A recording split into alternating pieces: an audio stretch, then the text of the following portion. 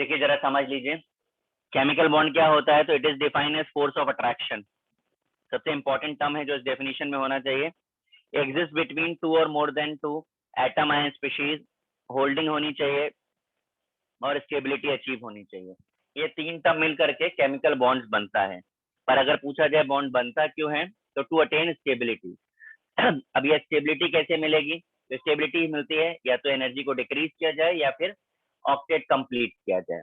Octet completion वाली theory को हम इलेक्ट्रॉनिक बैलेंस थ्योरी बोलते हैं। Theory was given by Kossel, Langmuir and Lewis. इसमें से मेजर कंट्रीब्यूशन जो है कॉसेल का है और लीस्ट कंट्रीब्यूशन लुइस का है, बट थ्योरी फिर भी लुइस के नाम से ही पॉपुलर है। कैसे ऑक्टेट कंप्लीट होगा? तो बाई ट्रांसफर ऑफ इलेक्ट्रॉन और by sharing of electron.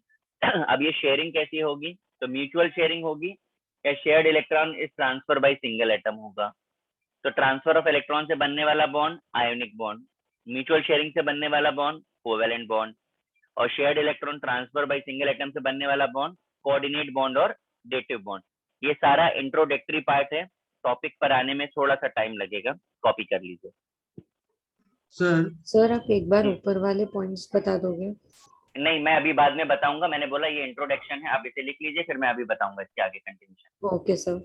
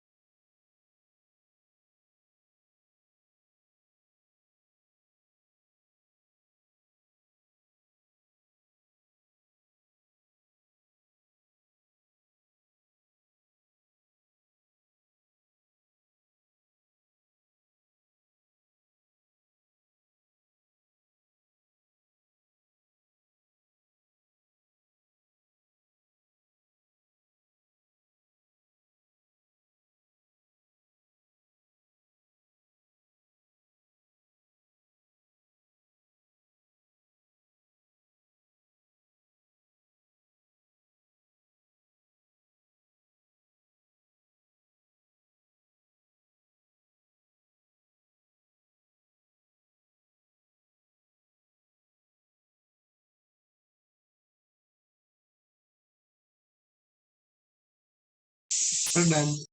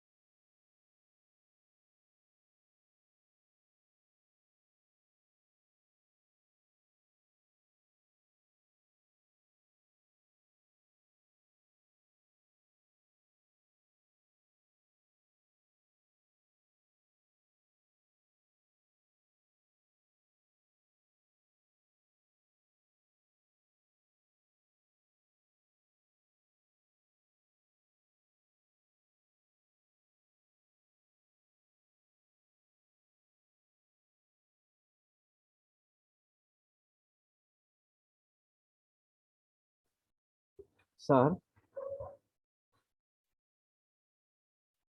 Sir ऊपर जो लिखा था to attain stability by decreasing energy, तो वो कौन सा एनर्जी रिफर कर रहा वो है? सब अभी आने वाला है। मैंने आपसे क्या बोला, अभी इंट्रोडक्शन, अभी टॉपिक स्टार्ट होने तो रीजन सारे मिल जाएंगे। ठीक है सर।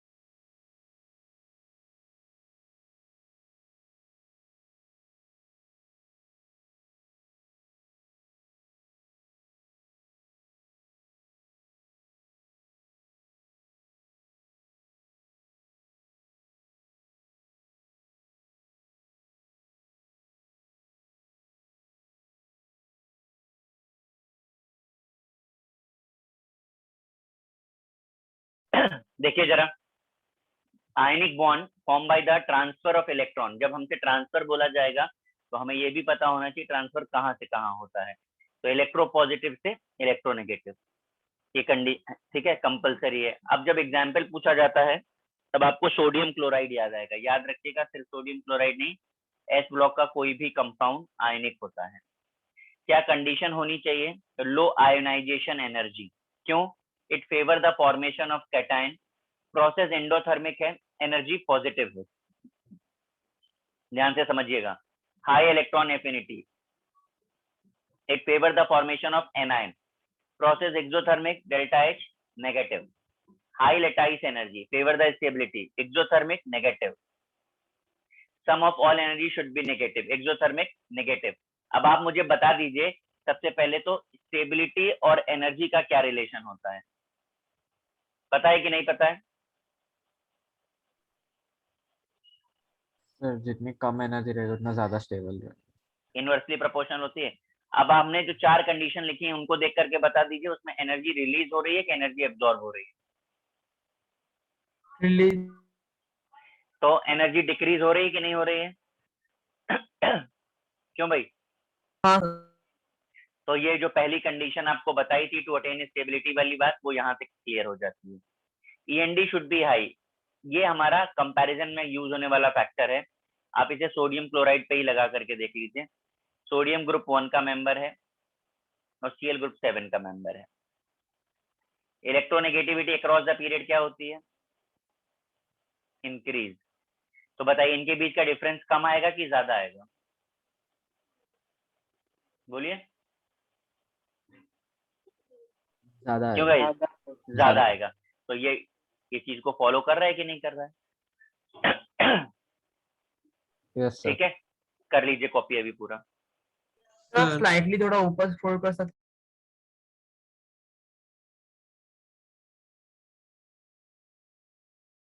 Okay sir. सर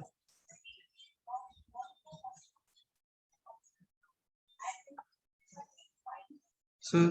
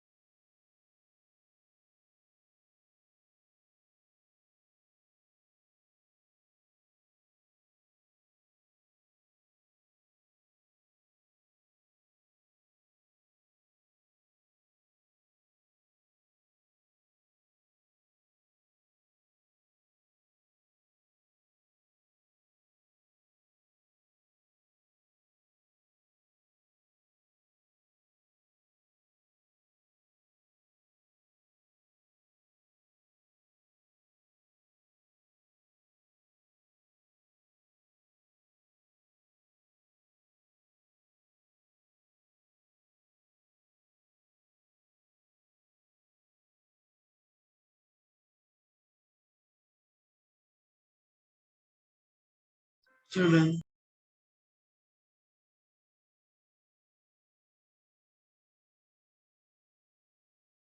हो गया कॉपी? Sir, last वाला point फिर से समझाइए ना. END should be high. हाँ हाँ sir. बोलिए। सर एक बार आप लास्ट वाला पॉइंट एक्सप्लेन करोगे? मैं अभी ये उसको कंपेयर, अभी मैं उसको कंपेयर कर दूंगा, 2 मिनट रुक जाओ, वो भी कंपैरिजन में भी आ जाएगा। ठीक है सर। हाँ, क्योंकि हाई लिखा है, जब ये हाई हायर हाईएस्ट कुछ बोल रहे हैं तो कुछ कंपैरेटिव बात होगी।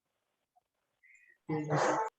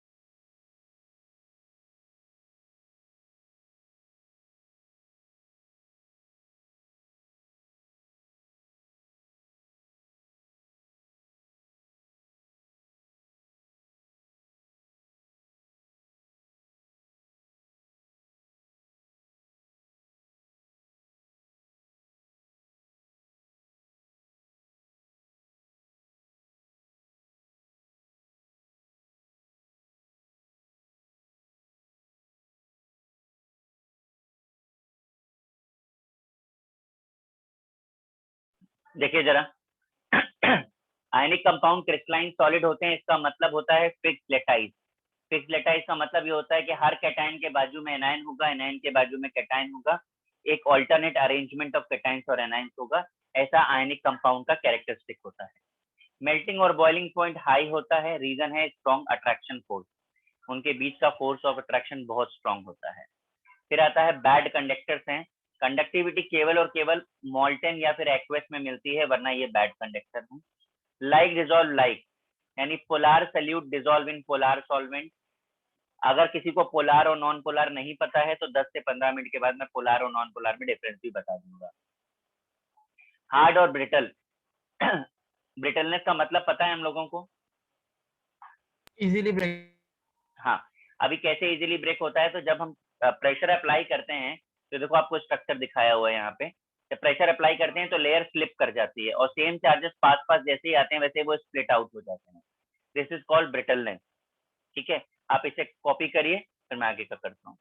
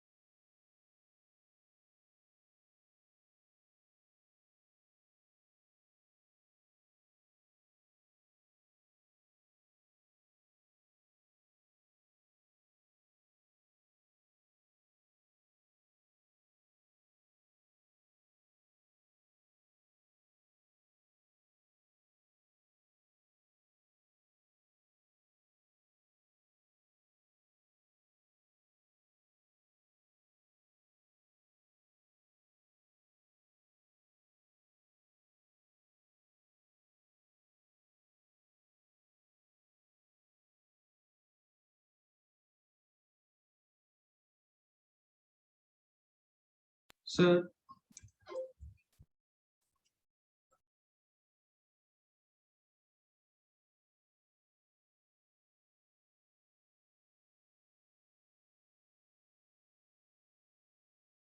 हो गया? हाँ सर, सर आप हार्ड एंड ब्रिटल जो लिखा है सर, हाँ, वो एरोज क्या रिप्रेजेंट करते हैं? प्रेशर लगा रहे हैं तभी तो ओके लेयर स्लिप करेगी। Okay sir.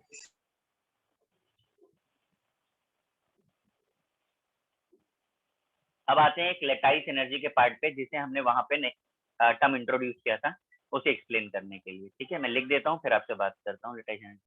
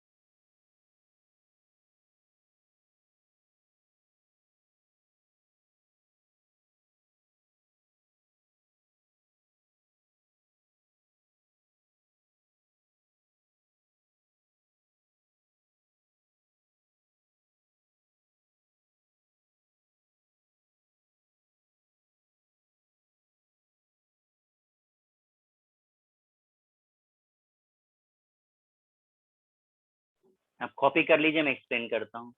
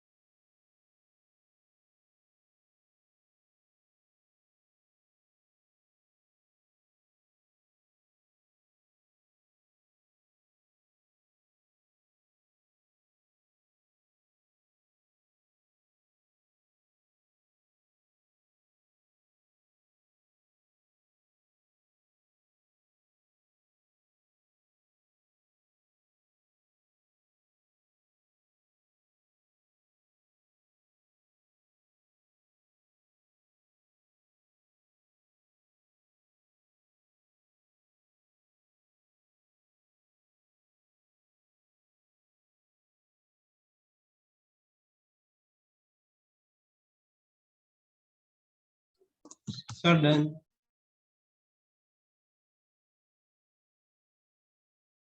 देखिए जरा, amount of energy released when opposite charge ions combine to form 1 mole of an ionic compound। एक एक्सोथर्मिक प्रोसेस है जब opposite charge ions combine करते हैं,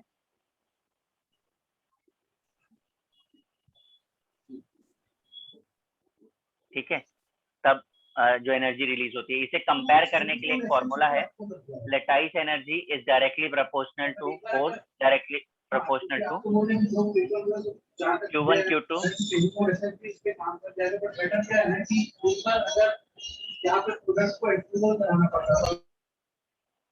Q1 Q2 by R square. Charges के product को हम प्राइमरी फैक्टर बोलते हैं और साइज को हम सेकेंडरी फैक्टर बोलते हैं। यानी अगर साइज ज्यादा होगा तो लेटाइस एनर्जी कम हो जाएगी। यहाँ पे आपको ये 3 क्वेश्चन मैंने दिए हैं, इसे करने से पहले जरा हम फैक्टर प्रॉपर्टीज से देख लें। लेटाइस एनर्जी जितनी ज्यादा होगी बॉन्ड उतना स्ट्रॉन्ग होगा, हार्डनेस भी उतनी ज्यादा होगी, लेकिन अगर सॉल्युबिलिटी कंपेयर करनी है तो लेटाइस एनर्जी को कम होना होगा। अब मैं आपसे कुछ चीजें पूछता हूँ, आप जरा मुझे जवाब दीजिएगा। मार्बल पता है हम सबको? Yes sir. Yes sir. तो मार्बल जो है वो कैल्शियम कार्बोनेट होता है, वो वाटर सॉल्युबल है कि इनसॉल्युबल है? Sir insoluble. इनसॉल्युबल है। इनसॉल्युबल है, इसका मतलब उसका लेटाइस एनर्जी ज्यादा हुआ कि कम हुआ? ज्यादा। ज्यादा। इसी तरह कॉमन सॉल्ट यानी सोडियम क्लोराइड वाटर सॉल्युबल है कि इनसॉल्युबल है? सर वाटर सॉल्युबल सॉल्युबल है। इसका मतलब लेटाइस एनर्जी कम हुआ। तो कम इस होगा। तरीके कम से हुआ। हम कंपेयर करते हैं, ठीक है। अब मैं आपसे पूछता हूँ, जो फर्नेस होता है, फर्नेस पता है हम सबको? हाँ यस सर। सर। हाँ, तो जो फर्नेस की वॉल होती है वो कभी मेल्ट नहीं होती। फर्नेस में सब कुछ आप मेल्ट करते हो, वॉल को मेल्ट नहीं करते हो। उसके लिए हम जो कंपाउंड यूज करते हैं उसे हम रिफ्रैक्टरी मटेरियल बोलते हैं, दैट इज कैल्शियम और मैग्नीशियम का ऑक्साइड। सैंड पेपर पता है हम लोगों को? हाँ sir. Yes sir. Yes sir. हाँ, सैंड पेपर बहुत हार्ड मटेरियल होता है, अगर आपको पता हो सरफेस को स्मूथ करने के लिए यूज होता है। उसे हम एब्रेसिव मटेरियल भी बोलते हैं। उसमें एल्युमिनियम ऑक्साइड, सिलिका और आयन ऑक्साइड होते हैं। ये सारा सिलेक्शन हमने लेटाइस एनर्जी के बेसिस पे किया है। ये 3 क्वेश्चन आपको दिए हैं कंपैरिजन के लिए। सबसे पहले केबीआर और एलआईएफ को कंपेयर कर लें हम। तो हम चार्जेस लिखेंगे क्योंकि वो प्राइमरी फैक्टर है। तो अब देखिए प्रोडक्ट ऑफ चार्जेस सेम आ रहा है कि नहीं आ रहा है? तो फिर प्राइमरी फैक्टर नहीं चलेगा, सेकेंडरी फैक्टर चलेगा, यानी जिसका साइज बड़ा उसका लेटाइस एनर्जी कम। ये हो गया। इस पे हम चार्जेस लिखेंगे, चार्ज का प्रोडक्ट ज्यादा है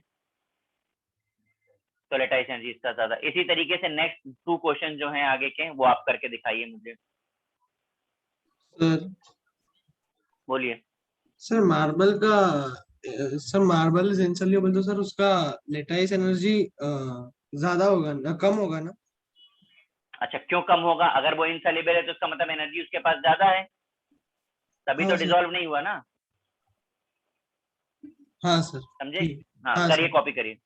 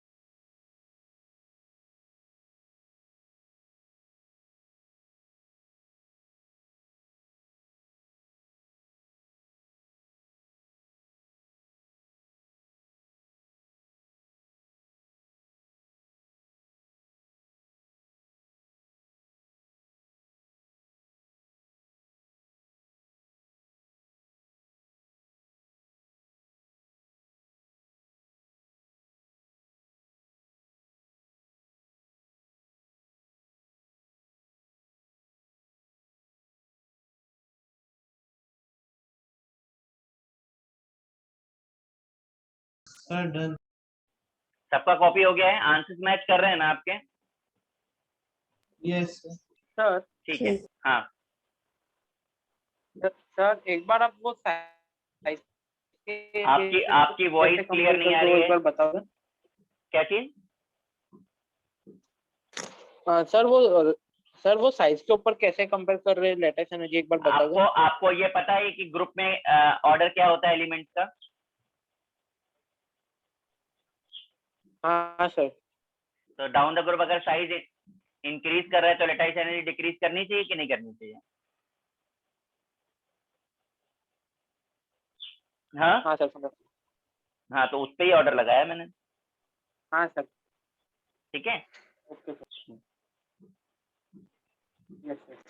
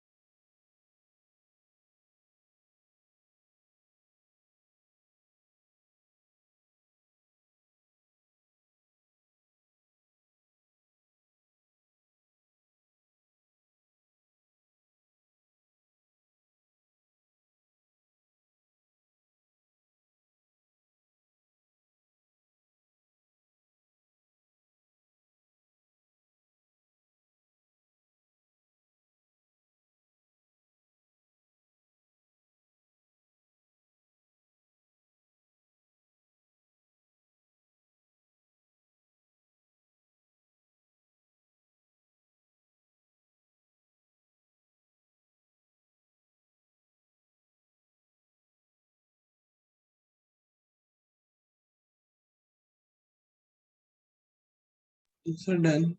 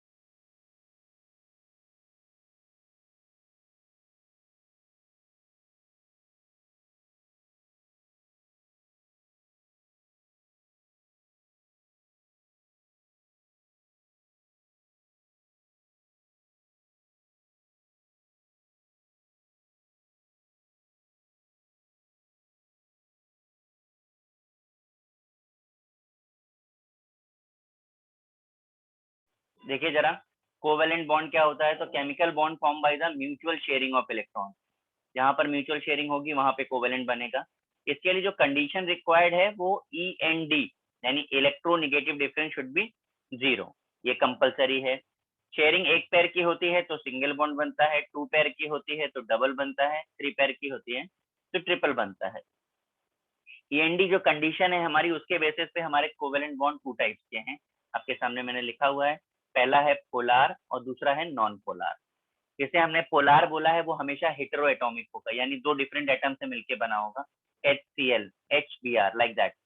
जो नॉन पोलार होगा वो आइडेंटिकल एटम्स होंगे, Cl2, O2, H2 like that. अब देखिए, अगर एटम सिमिलर होंगे तो इलेक्ट्रोनेगेटिव डिफरेंस क्या होगा? ऑलवेज 0। अगर हेटेरोएटॉमिक है यानी डिफरेंट एटम्स है तो कभी भी 0 नहीं हो सकता, ये बात याद रखिएगा। अब जहां पे 0 आ रहा है वो तो 100% कैसा हो गया? क्यों भाई? 100% कोवेलेंट हो गया, क्योंकि कंडीशन फॉलो किया उसने।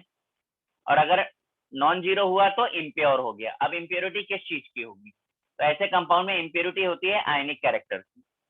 हम अब आयनिक बता सकते हैं कितना आयनिक होगा वो।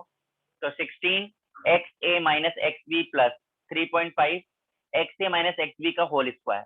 ये फॉर्मूला हमने आपको इलेक्ट्रोनेगेटिविटी में भी बताया था, ठीक है। इसे यूज करके हम कंपेयर कर सकते हैं कि उसमें आयनिक कैरेक्टर कितने % होगा।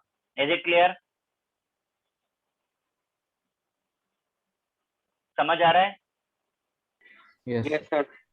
हाँ सर। करिए इसको कॉपी। सर सिर्फ एक डाउट है कि इधर कोवेलेंट में कंडीशन है END इज इक्वल टू 0, हाँ मतलब लेकिन वो पूरा कंप्लीटली ट्रू नहीं है ना। हाँ, वो अभी हम आपको रिलेट करके बता। मैं आपसे क्या कह रहा हूँ, हर बार मैं एक पेज पे जितना लिख सकता हूँ उतना एक्सप्लेन करता हूँ, बाकी जो भी पॉइंट्स है वो आगे के लिए छूट जाते हैं। अभी नेक्स्ट पॉइंट पर आऊंगा तो इसको रिलेट कर दूंगा, वहां पर इस बात को रिलेट करके आगे बताऊंगा आपको। करिए सर बोलिए। सर वो 100% के बाद क्या लिखा है? 100% CVB कोवेलेंट बॉन्ड। सर बोलिए ये दोनों का डिफरेंस होगा ना? क्या? हाँ, END का फुल फॉर्म क्या होता है? नहीं नहीं सर, उसका नहीं बोल रहा हूँ। ये 16 इंटू एक्स ए माइनस एक्स बी का डिफरेंस होगा ना, क्योंकि पॉजिटिव ही है हाँ ना। हाँ हाँ हाँ हाँ हाँ।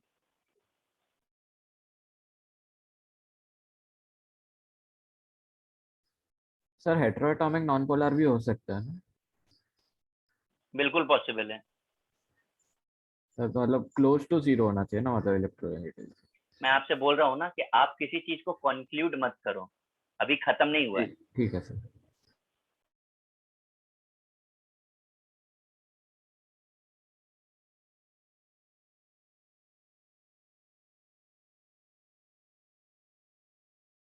सर जो 100% प्योर CVB होते हैं, वो ऐसा बोल सकते हैं कि वो प्योर मतलब प्योर पूरी तरह से स्टेबल है?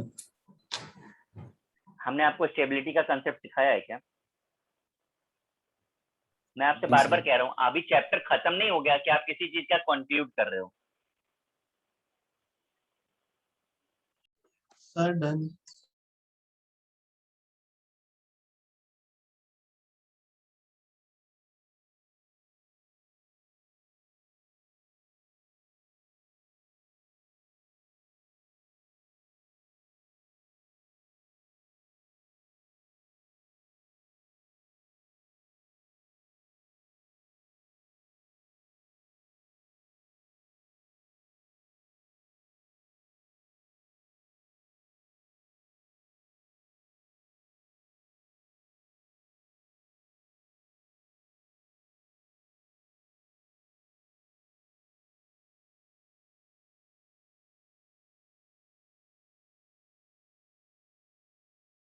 सबका कॉपी हो गया?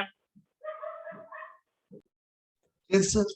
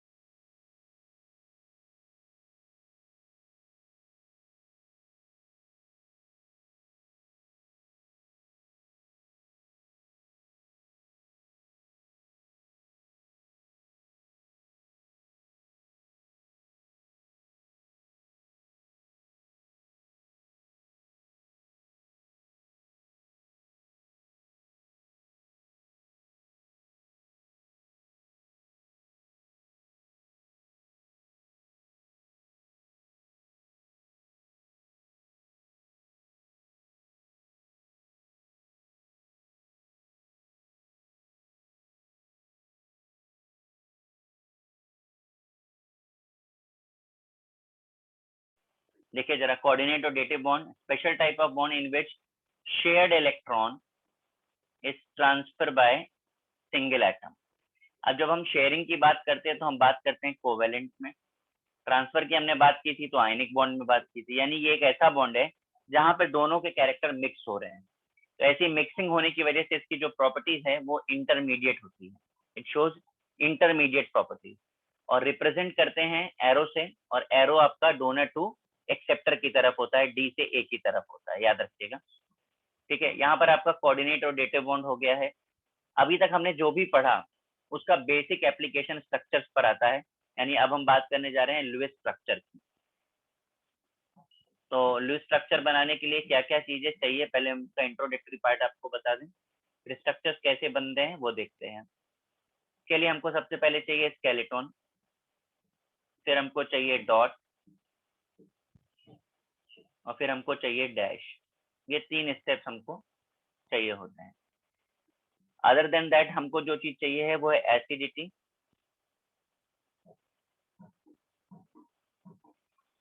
And basicity. ये बेसिक टर्म है जो आपने शायद 10th में पढ़े हो।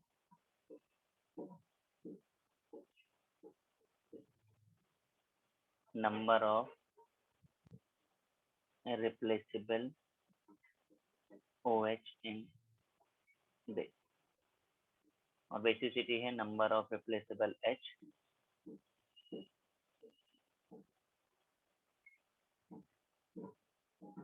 प्लस। पढ़ा है ना आपने ये दोनों टर्म, क्यों भाई? Yes sir. Yes sir. तो मैं यहाँ पे कुछ एग्जांपल्स लिख रहा हूँ, तो पहले एसिडिटी बेसिसिटी फाइंड कर लें, फिर हम आगे का आपको बताते हैं।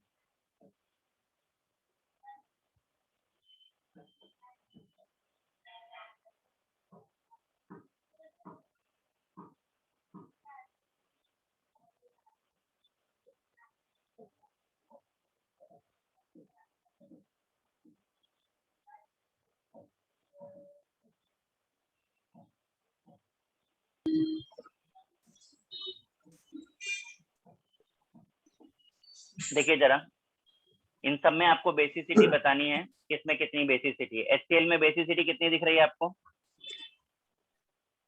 बोलिए। 0 हाँ, कितनी बेसिसिटी? 1 1। H2SO4 में कितनी है? 2 H3PO4 में कितनी है, बोलिए, बोलेंगे भाई? 3 sir. H4P27, 4, HClO4, and H3PO3, 3, H3PO2, 3, H3PO3, 3, H4P27, and 4. 4। 4। आपके सारे आंसर सही हैं एक्सेप्ट 3। ये 3 ऐसे हैं जिनकी बेसिसिटी विजिबल नहीं होती, जो दिखती है वो नहीं होती, तो ये 3 बहुत इंपॉर्टेंट हो जाते हैं। इस सारी बातों को, बेसिसिटी के इन 3 एक्सेप्शन को जिन पे हैशटैग किया है, इसको फर्स्ट पेज पे जाके कॉपी कर लीजिए, बाकी रेगुलर पेज पे कॉपी करिए, फिर मैं आगे कंटिन्यू करता हूँ।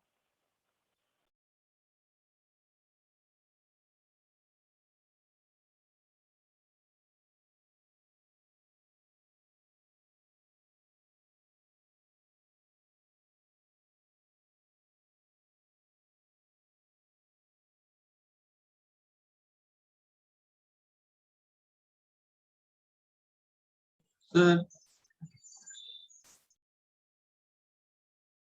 बोलिए। सर आप पहले वाले का एग्जांपल लोगे, नहीं समझा मैं सर। भाई मेरे, मुझे पढ़ाने तो दो, फिर मैं आपसे बार बार एक ही बात बोल रहा हूँ, आप नहीं बोलोगे तो भी मुझे एग्जाम्पल ही देने हैं, मेरे पास जगह नहीं बची है करने के लिए, तो आगे मैं करता हूँ। किस चीज का एग्जाम्पल बाय द वे आप डिमांड कर रहे हैं? सर ये कोऑर्डिनेट से डेटिव बॉन्ड। बाकी के आपको आ गए? अच्छा, आयनिक और कोवेलेंट बताइए जरा। Sorry sir. आयनिक और कोवेलेंट आपको आ गए? हाँ सर। अच्छी नहीं बात है। सर। अभी आप ही नहीं, अब आप बताएंगे, आपको बताना पड़ेगा अब तो। बताइए नहीं आप सर, जरा कैसे बनता है। नहीं, तो फिर लेट मी फिनिश फर्स्ट, मुझे खत्म करने दो पहले। आपके इंटरप्ट करने से और बार बार बोलने से आपको अलग से तो बताऊंगा नहीं, तो मुझे कंप्लीट करने दो। आपका ये कॉपी हो जाए तो मुझे बताइए, मैं ताकि आगे बता पाऊँ।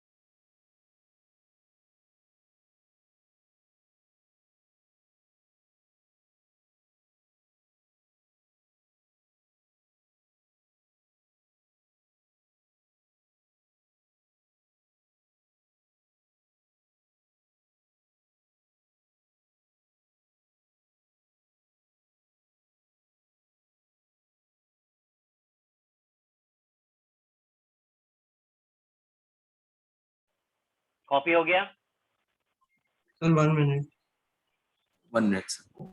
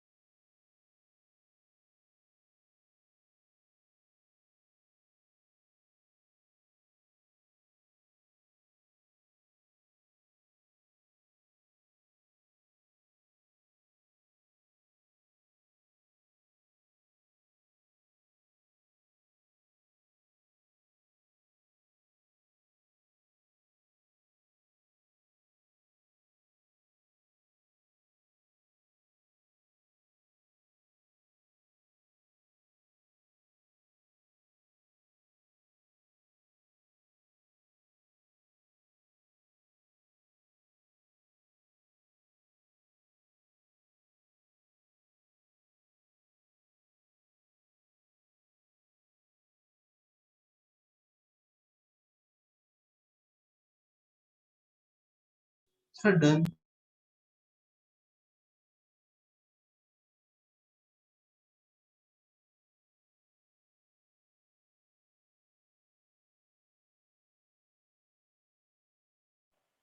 अभी जो चीज बताने जा रहा हूँ अब तक का वो एप्लीकेशन है, ध्यान से देखिएगा क्योंकि एक स्ट्रक्चर मैं करूंगा उसके बाद आपको करना है। और प्लीज अपना नेटवर्क और अपने कान दोनों जरा अलर्ट रखिएगा।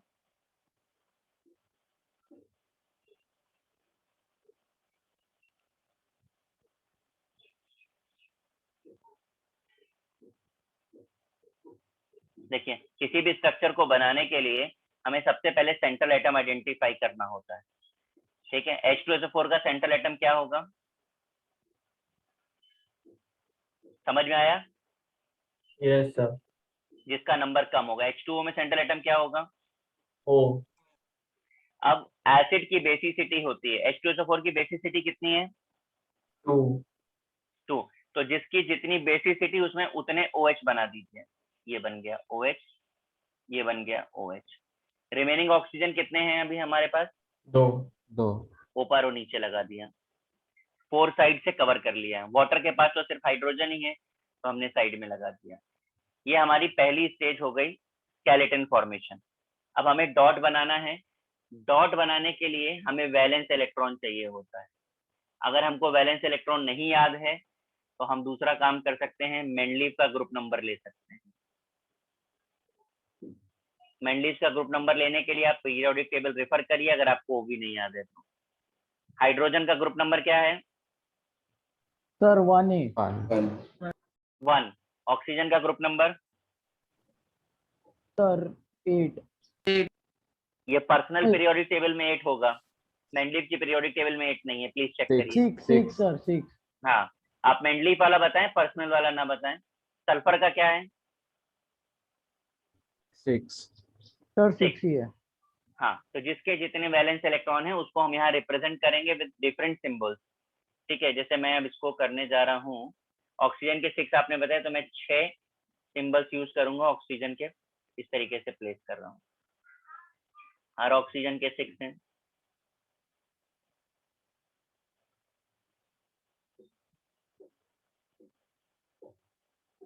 इस ऑक्सीजन के भी 6 हैं। ठीक, सल्फर के आपने बताया कितने? 6। तो मैं इसके भी 6 प्लेस कर देता हूँ। 1 2 3 4 5 6 हो गए। हाइड्रोजन के कितने होंगे? 1। 1। तो हाइड्रोजन का मैं ऐसा सर्किल बना के दिखा दे रहा हूँ, ये हो गया। अब आपको सबका ऑक्टेट और ड्यूप्लेट कंप्लीट करना है एक्सेप्ट सेंट्रल एटम। जरा ध्यान से देखिएगा, हाइड्रोजन के पास 1 इलेक्ट्रॉन है, उसे कितना इलेक्ट्रॉन चाहिए ड्यूप्लेट कंप्लीट करने के लिए? 8 सर। तो that taken from oxygen. It's done. कोई प्रॉब्लम किसी को यहाँ पे? No sir. अभी देख लो, बाद में बोलना नहीं, वहां पे वो लाइन के बाद ये लाइन क्या थी। मैं सबसे बोल रहा हूँ बहुत ध्यान से। सर हाँ बोलिए। सर वो आपने आपने एच के आगे वो क्या बनाया है? एच के आगे डॉट बनाया, रिप्रेजेंटेशन दिखाने के लिए। हाइड्रोजन के लिए ऐसे दिखा रहे हैं, ऑक्सीजन के लिए ऐसे दिखा रहे हैं, सल्फर के लिए ऐसे दिखा रहे हैं। आपका जो मन करे इसके अलावा भी यूज कर सकते हैं आप। Okay sir. अब आते हैं नीचे और ऊपर के। ऑक्सीजन के पास 6 इलेक्ट्रॉन है, 2 चाहिए, किससे लेगा? सल्फर से। ये हो गया, समझ आ रहा है? बोलिए भाई। Yes sir. अब साइड वाले ऑक्सीजन के पास 6 है, एक उसने हाइड्रोजन से ले लिया है, एक सल्फर से ले लेगा। ये हुआ? ध्यान से देख लीजिए, किसी को कोई प्रॉब्लम है तो अभी बोल दीजिए। मैं बार बार कह रहा हूँ, अभी बोल दीजिए, बाद में मैं बिल्कुल सुनूंगा नहीं आपकी कोई स्टोरी अगर क्वेश्चन गलत किया तो। ठीक है ये गाइस, क्लियर है ये बात? Yes yes sir. Yes sulphur के पास 6 इलेक्ट्रॉन है, उसे 2 चाहिए। वो किसी से भी ले सकता है, लेकिन वो हमेशा प्रेफर करता है जो उसकी बेसिसिटी को कंप्लीट करे, यानी कि लेफ्ट और राइट। तो 1 1 फ्रॉम बोथ साइड।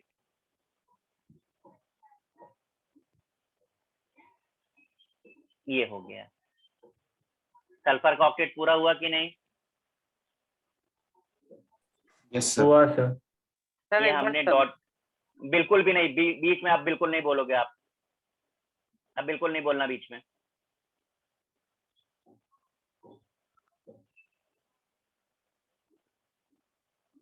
मैंने ये डॉट कंप्लीट किया है, इसके बाद डैश।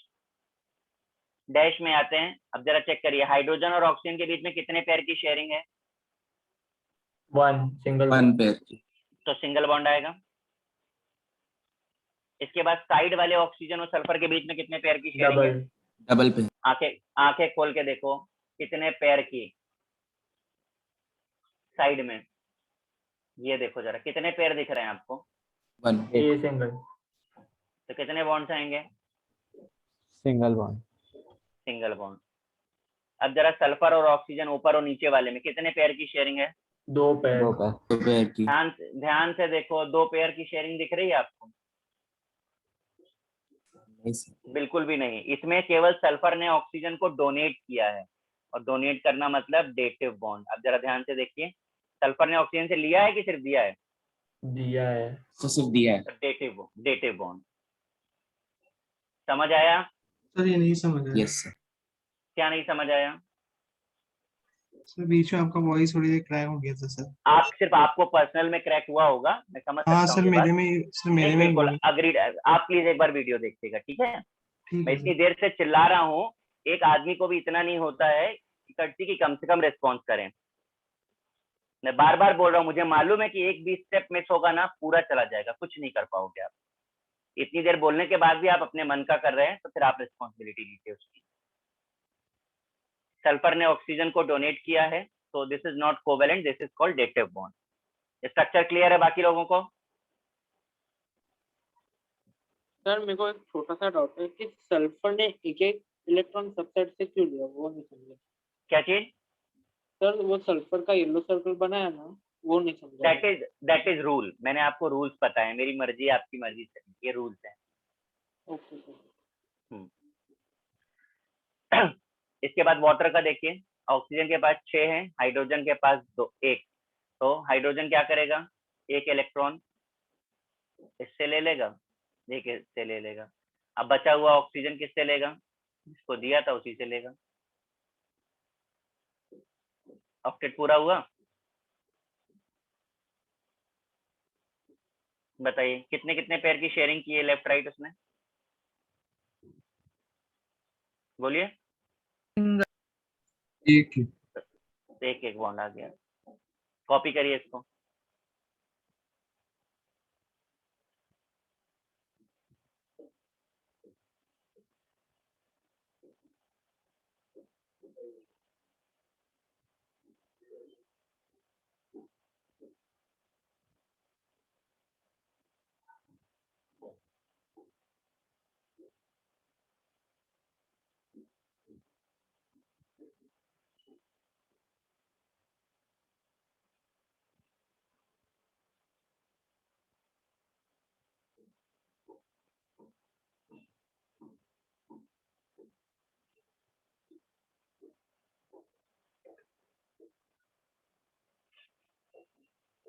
सर अपन रॉड के बाजू में क्या लिखा है? किसके बाजू में? Rod. Valence electron. Okay sir.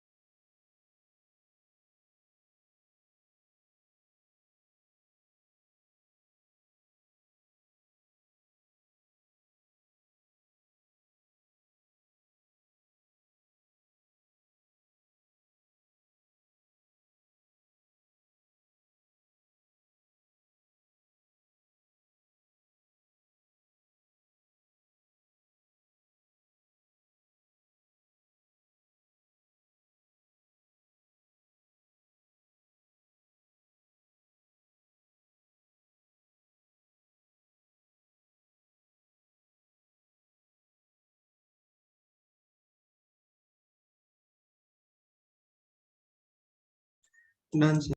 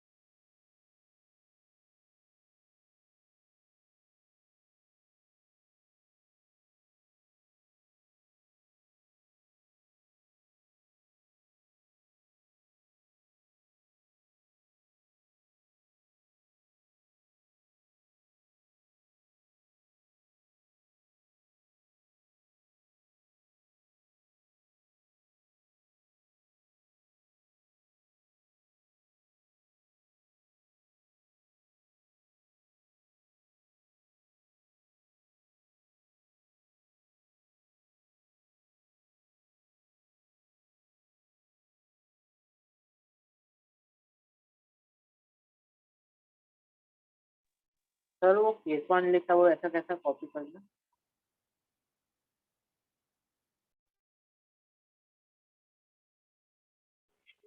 क्या बोल रहे हैं? सर वो जो केस वन लिखा है वो सब एक साथ कॉपी कर ले कि लिखे? केस वन आपका होमवर्क है, कॉपी कर लीजिए। केस वन आपका होमवर्क है, इसको ड्रॉ करके सबको रखना है नेक्स्ट लेक्चर में।